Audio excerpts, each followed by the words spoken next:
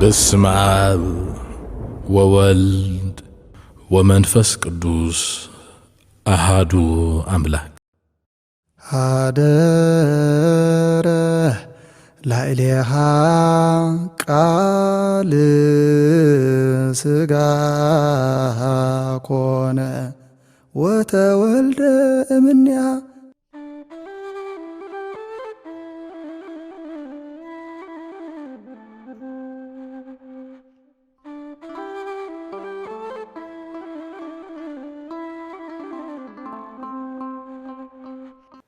ሰላምና እግዚአብሔር ምስኩላትና ይኹን ዝኸበርኩም ተኸታተልቲ መደብ ልሳን ተዋህዶ ቤተክርስቲያን ኤርትራ እዋናዊ ሓበሬታን ሰሙናዊ ንጥፈታት ቅዱስ ቤተክርስቲያን ሒዙልኩም ዝቐርብ ናይ ኣውደ ዜና መርሃ ግብርና እንሆ። ሰናይ ምክታል። ቅዱስ ሲኖዶስ ኦርቶዶክስ ተዋህዶ ቤተክርስቲያን ኤርትራ ንጾመ ገሃድ ጥምቀተ ክርስቶስ ዝምልከት መረዳእታ ሂቦ። ናይ ሎሚ ዓመት 2018 ዓመተ ምህረት በዓለ ጥምቀት ሶኒ 11 ጥር ስለ ዝወዓለ ገሃድ ሰንበት እዩ። ስለዚ ጾመ ገሃድ ሰንበት ብምዃኑ ንኣፀዋውኦ ዝምልከት ቅዱስ ሲኖዶስ ኦርቶዶክስ ተዋህዶ ቤተክርስቲያን ኤርትራ መረዳእታ ሂቡ። ቅዱስ ሲኖዶስ ዕለት 20 ታሕሳስ 2018 ዓመተ ምህረት 29 ታሕሳስ 2025 ኣብ ዝገበሮ ጉባኤ ናይ 2018 ዓመተ ምህረት 2026 ፈረንጂ በዓለ ጥምቀት ጎይታናን ኣምላኽናን መድሓናን ኢየሱስ ክርስቶስ ዕለተ ሶኒ ኮይኑ ስለ ዘሎ ንኣፀዋውማ ጾመ ገሃድ ዝምልከት ኣብ ዝሃቦ መረዳእታ መጽሓፈ ስንክሳር 10 ጥር ወለእመ ኮነ ዕለተ በይሮሙን በእሁድ ኣው በዕለተ ሰንበተ ኣይሁድ ይጾሙ በዕለተ ዓርብ ዘቅድሚሁ እስከ ምስየት ወኢይብልዑ ዘይደሉ በሊኣ በጾም ኣብይ ወለእመ ኮነ በዓለ ልደት ኣው በዓለ ጥምቀት በዕለተ ሰንበተ ኣይሁድ ኣው በዕለተ እሁድ ኣው በዕለተ ሰንወይ እይትካህል የኣሉ ምእመናን በጾም ወባህቱ ይትሃረሙ እመባልእት ጥሉላት ኣተ ዕለተ በይሮሙን ኣብ ቀዳም ወይ ኣብ ሰንበት እንተወዓለ ኣብ ቅድሚኣ ዘላ ዓርቢ ይጾሙ። በዓለ ልደት ወይ በዓለ ጥምቀት ኣብ ዕለተ ቀዳም ወይ ኣብ ዕለተ ሰንበት ወይ ኣብ ዕለተ ሰውኒ እንተዳውዒሉ ምእመናን ጾይሞም ክውዕሉ ኣይከኣልን እዩ። ነገር ግና ሓደ መዓልቲ ካብ ጥሉላት ክኽልከሉ ይግባእ። ፍትሕ መንፈሳዊ አንቀጽ 15 እውን ንሸውዓተ ኣጽዋማት ክዝርዝረን ከሎ ወጾመ ድራረ ልደት፣ ወጾመ ድራረ ጥምቀት፣ ድሮ ልደትን ጥምቀትን ዝጽወም ጾም ኢሉ ጠቒስዎ ኣሎም። በዚ መሰረት ገሃድ ሓደ መዓልቲ እምበር ክልተ መዓልቲ ስለ ዘይኮነ ብመሰረት መጽሓፍትና ዕለተ ሰንበት ጥራይ ገሃድ ኮይና ካብ ጥሉላት ተኸልኪልና ክንውዕል ቅዱስ ሲኖዶስ በዚ ደብዳቤ እናፍለጠ ኣብ ትሕቲኹም ንዝርከብ ኣብያተ ክርስቲያናት ብቕልጡፍ ሓበሬታ ከተመሓላልፉለንን ኣብ ዕለተ ሰንበት ዕለት 10 ጥር 2018 ዓመተ ምህረት 18 ጥር 2026 ፈረንጂ መርዓ ኾነ ዝኾነ ብጥሉላት ዝግበር ውራይ ከይትግበር ሓበሬታ ንምእመናን ክበጽሖም ሓቢሩ። መራሕቲ ሃይማኖት ኦሪየንታል ኣብያተ ክርስቲያናትን ምስራቅ ኦርቶዶክስ ኣብያተ ክርስቲያናትን ከምኡውን ፓፕ ሮማ ናይ በዓል ልደት እንቋዕ ኣብፀሓና መልእኽታት ልኢኾም።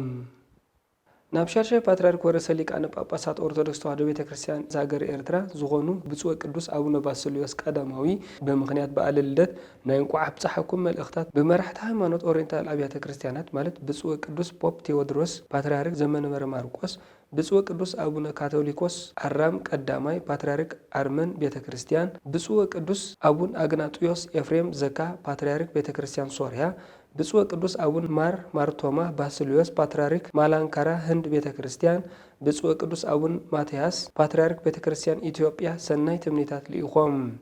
ከምኡውን ብተመሳሳሊ አቡነ ኪርል ፓትርያርክ ኦርቶዶክስ ቤተክርስቲያን ሩስያ ክልእኹ ከለው ብተወሳኺ ድማ ብፁዕ አቡነ ሊዮ ፓፕ ካቶሊካዊት ቤተክርስቲያን ሮማ ዋና ጸሓፊ ማሕበር ኣብያተ ክርስቲያን ዓለም ዶክተር ፕሮፌሰር ቀሲስ ጄሪ ብላይ ቤት ምኽሪ ኣብያተ ክርስቲያን መላእ ኣፍሪቃን ቤት ምኽሪ ኣብያተ ክርስቲያናት ዓበይቲ ቀላያትን ቀርኒ ኣፍሪቃን ዝኾኑ ወግዓዊ ናይ እንቋዕ ኣብፀሓኩም መልእኽታት ሰዲዶም። ንሶም ኣብ መልእኽቶም ንብፁዕ ቅዱስ አቡነ ባስልዮስ ምሉእ ጥዕናን ነዊሕ ዕድመን ሂቡ ኣብ ዕዮ ቅድስት ቤተክርስቲያን ዓወትን ኣሳልጦን ክምነዩ ከለዉ ንህልው ኩነታት ዓለምና ዘሰክመና ኣባታዊ ሓላፍነት ምስተን ንሳቶም ዝመርሕወን ኣብያተ ክርስቲያን ምስ ናይ ኤርትራ ቤተክርስቲያን ዘለዎም ዝምድናን ርክባት ዝድልድለሉን ዝሕይለሉን ዘሎም ቅርብነት ገሊጾም። بتمساسال منجدي بسوء قدوس أبونا باسليوس قداماوي شرشا باتريرك ورئيس ሊቃነ ጳጳሳት ኦርቶዶክስ ተዋህዶ ቤተክርስቲያን ኤርትራ ከም ግብረ መልሲ ነቲ ሰናይ መልእኽታቶም ብኽብሪ ከም ዝተቀበልዎ ድሕሪ ምግላጽ ብስሞምን ብስም ቅዱስ ሲኖዶስን መላእ ህዝበ ክርስቲያንና ወግዓዊ ናይ እንቋዕ ኣብጽሕኩም ሰናይ መልእኽቶም ልኢኾም ኣብ ሃገረ ስብከት ዓዲ ቀይሕ ማዕረባ ክብረ በዓል ቅዱስ ዮሐንስ ወንጌላዊ ብድምቀት ተኸቢሩ። በዕለ 3 ጥሪ 2018 ዓ.ም 12 ጥሪ 2026 ፈረንጂ ክብረ በዓል ቅዱስ ዮሐንስ ወንጌላዊ ብፁዕ አቡነ ሉቃስ ዋና አማሓዳሪ ዘመንበረ ፓትርያርክን ሊቀ ጳጳስ ሃገረ ስብከት ደቡብ ዓዲ ቀይሕን መምህራን ሊቃውንት ወልደ ክህነት ምእመናትን ኣብ ዝተረኽብሉ ኣብ ማዕረባ ብድምቀት ተኸቢሩ።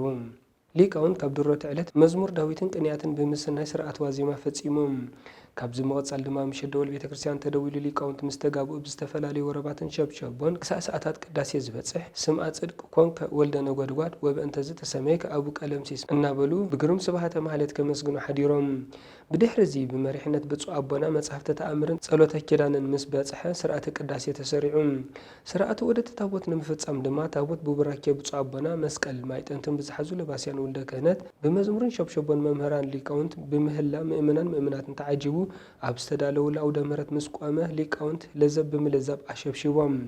ብድሕሪ እዚ ነቲ ዕለት ዝምልከት ትምህርቲ ምስ ተዋህበ እቲ ክብረ በዓል ብቡራኬ ምህላም ብፁዕ ኣቦና ብሰላም ተዛዚሙ። ቤተ ክርስቲያን ቅዱስ ዮሐንስ ማዕረባ ካብተን ብፍሉይ ቅርሰንን ታሪኽንን ዓቂበን ዝርከብ ኣብያተ ክርስቲያናት ሃገርና ሓንቲ ምዃና ይፍለጥ። ክብረ በዓል በዓታ ለማርያም ኣብ ደቡብ ኣፍሪቃ ብኽብ ዝበለ ድምቀት ተባዒሉ። በዕለ 3 ጥሪ 2018 ዓ.ም 11 ጥሪ 2026 ፈረንጂ ክብረ በዓል በዓታ ለማርያም መልአከ ብርሃን ቀሲስ ዳንኤል የማነ ኣማሓዳሪ ደብረ ብርሃን ቤተ ክርስቲያን በዓታ ለማርያም ከምኡውን ካብ መላእ ደቡብ ኣፍሪቃ ዝመፁ ሊቃውንት ወልደ ክህነት ምእመናትን ኣብ ዝተረኽብሉ ዓመታዊ በዓል ክብረ በዓል በዓታ ለማርያም ብምዕሩግ ኣገባብ ተባዒሉ። بدورة علت قدام كاب ساعة 4 دحر قطري كساب ساعة 6 دحر قطري سرعة وازيما تقيمو بمقصال لك فرق ليتي دول بيت كريستيان تدويلو ሊቃውንትን ወልደ ክህነትን ኣብ ቤተ ክርስቲያን ብምግባእ ነቲ ዕለት ዝምልከት ስብሃታትን ማህሌትን ከብጽሑ ሓዲሮም። ብድሕሪ እዚ መጽሓፍቲ ተኣምርን ጸሎተ ኪዳንን ድሕሪ ምብጻሕ ልክዕ ሰዓት 6 ቅድሚ ቀትሪ ስርዓተ ቅዳሴ ተሰሪዑ። ስርዓተ ዑደት ታቦት ንምፍጻም ታቦተ ሕጉ ብመስቀልን ጽንሓህን ዝሓዙ ለባስያን ወልደ ክህነት ብመምህራን ሊቃውንት ብመዝሙር ተማሃሮ ትምህርተ ሰንበት ብምእመናትን ተሰኒ ብምእዋድ ኣብ ዝተዳለወሉ ቦታ ቆመ። ብሊቃውንት ነቲ ዕለት ዝምልከት ለዘብ ቀሪቡ። ቀጺሎም ተማሃሮ ትምህርተ ሰንበት ከከም ዕድሚኦም ማለት ህፃናት፣ ማእከሎት፣ ዓበይቲ ኣዴታት በብተራ መዝሙር ኣቕሪቦም።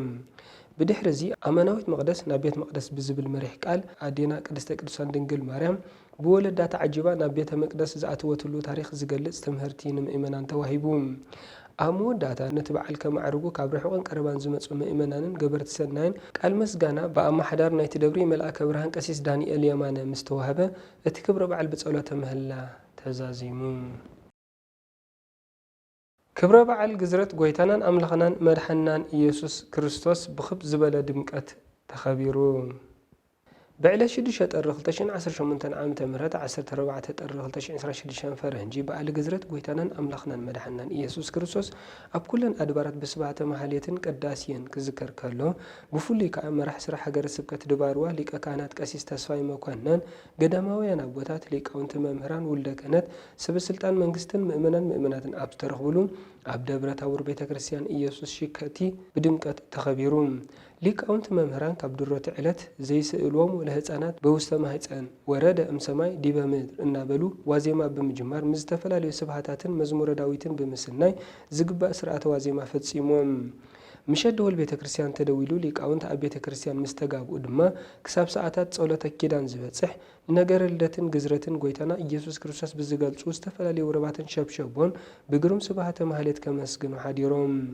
ካብዚ ምቕጻል ዝተፈላለዩ መጽሓፍቲ ተኣምርን ገድልን ተነቢቦም ጸሎተ ኪዳን ድማ በመሪሕነት ገዳማውያን ኣቦታት ግዚኡ ሓልዩ ምስ በጽሐ ስርዓተ ዑደት ታቦት ንምፍጻም ታቦት ሕጉ መሪሕነት ወርቂ መስቀልን ማዕጠንትን ዝሓዙ ለባስያን ወልደ ክህነት ብለዘብ ሊቃውንት ብመዝሙርን ሸብሸቦን ተማሃሮ ትምህርተ ሰንበት ብምህላ ምእመናትን ተሰኒዩ ኣብ ቀጽሪ ቤተ ክርስቲያን ዘይሩ ኣብ ዝተዳለውሉ ኣውደ ምሕረት ምስ ቆመ ሊቃውንት ነቲ ዕለት ዝውክል ለዘብ ብምልዛብ ኣሸብሺቦም።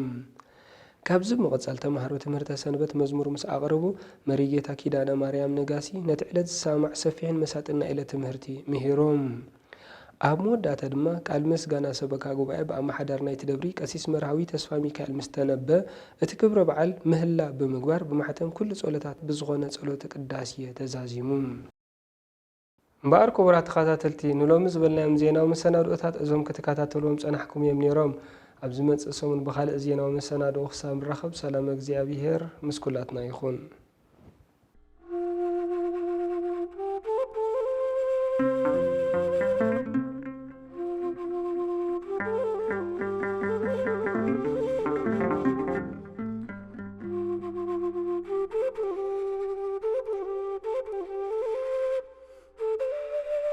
you.